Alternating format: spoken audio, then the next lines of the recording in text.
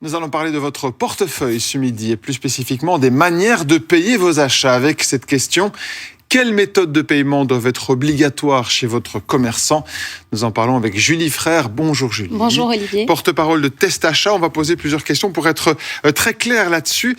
Est-ce qu'un commerçant peut refuser que vous payez en voie numérique?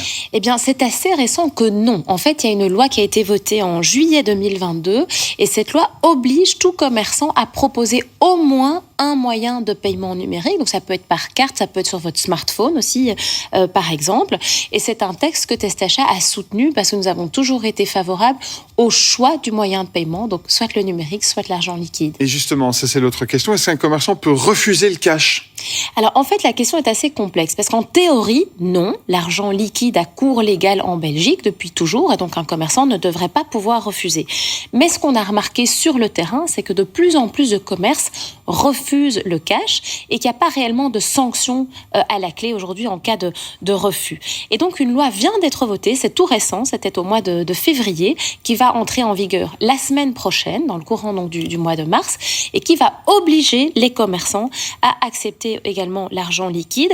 Et ça rejoint vraiment un souhait des consommateurs, parce qu'on avait fait un sondage à cet égard il y a quelque temps, et pour la grande majorité des personnes que nous avions sondées, 86%, il devait toujours y avoir une alternative au paiement électronique. 63% pensaient que tout le monde n'a pas toujours la possibilité de payer électroniquement. Il y a aussi des considérations de vie privée qui jouent. Près de 40% estiment que la banque ne doit pas tout savoir sur les transactions qu'on effectue. Et pour 37% des répondants, l'argent liquide a aussi une valeur éducative. C'est vrai qu'on se rend mieux compte de ce qu'on a dépensé quand on manipule soi-même l'argent plutôt que quand on paye par carte. Et j'ajouterais un autre avantage important de l'argent liquide, c'est que ce système n'est pas affecté en cas de panne du système de paiement électronique. Et donc, c'est un bon système de secours en cas de panne généralisée. Obligation d'accepter le cash. Il y a des exceptions? Il y a des exceptions qui sont prévues dans la loi. Donc, en fait, si vous voulez, la condition, c'est que ça doit vraiment s'appliquer quand on est en présence physique simultanée du consommateur et du commerçant. Donc, c'est vraiment de la vente de détail.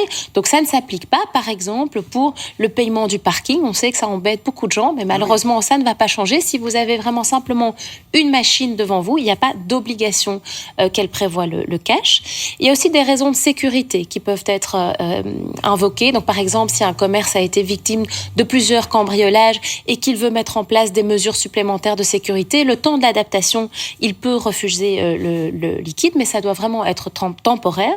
Et alors, la dernière exception, je dirais, c'est un peu une exception de bon sens, mais c'est celle de dire, si vous allez acheter votre pain à la boulangerie, vous n'allez pas le payer avec un billet de 500 €. Alors, voilà, le commerçant est en droit de refuser des grosses coupures. La seule condition à ça, c'est qu'il faut informer clairement le consommateur. Donc, à l'entrée de la boulangerie, il doit être indiqué, nous n'acceptons pas les billets de 100, 200 ou 500 €. Donc, il faut toujours que le consommateur soit correctement informé. Ça s'applique uniquement aux entreprises privées ou alors aussi aux entreprises publiques? Eh bien, ça s'applique tout à fait aux deux, parce qu'en fait, ce sont des principes qui découlent du droit européen, qui ne fait aucune distinction entre entreprises publiques. Donc, ça va s'appliquer, par exemple, à la SNCB ou à tous les services communaux, mais aussi donc les entreprises privées. Il y a des plafonds de paiement cash? Il y a des plafonds, effectivement, donc on ne peut pas payer des sommes tout à fait disproportionnées en cash. Il y a un plafond qui est de 3 000 € en Belgique. Donc même si vous achetez une voiture, par exemple, de 40 000 €, disons, vous ne pouvez pas dépasser 3 000 € en cash. Ça s'applique aussi bien pour l'achat d'un bien que pour des services. Mais alors, il y a des exceptions à ce principe. Si vous achetez entre particuliers, donc si vous n'êtes pas dans une relation de consommateur à professionnel, vous achetez entre particuliers, vous pouvez dépasser ces 3 000 €. Donc, reprenons l'exemple de la voiture. Vous achetez cette voiture à un particulier, 5 000 €, par exemple, vous pouvez payer en cash. Il n'y a pas de limite. Par contre, les paiements en cash sont tout à fait interdits pour ce qui concerne les transactions immobilières. Là, il n'y a rien qui peut être payé en cash. Et quand il y a un non-respect de ces règles, il peut y avoir des amendes très salé de la part du SPF Économie. Alors vous vous battez aussi pour garantir l'accès au cash et notamment il y a un accord qui est conclu entre le gouvernement et les banques sur l'accès au cash et aux distributeurs et que vous contestez chez Testachat. Oui, parce qu'en fait c'est très bien, si vous voulez, de garantir que les commerçants doivent accepter le cash, mais il y a deux problèmes. Il faut déjà que les consommateurs puissent accéder à leur propre argent. Or, les Belges sont 64% à se plaindre du manque d'accessibilité des distributeurs de billets. Et l'autre problème, c'est que les commerçants doivent aussi pouvoir déposer l'argent en banque qu'ils ont reçu. Et on voit qu'il y a de plus en plus de distributeurs avec fonction dépôt qui sont supprimés.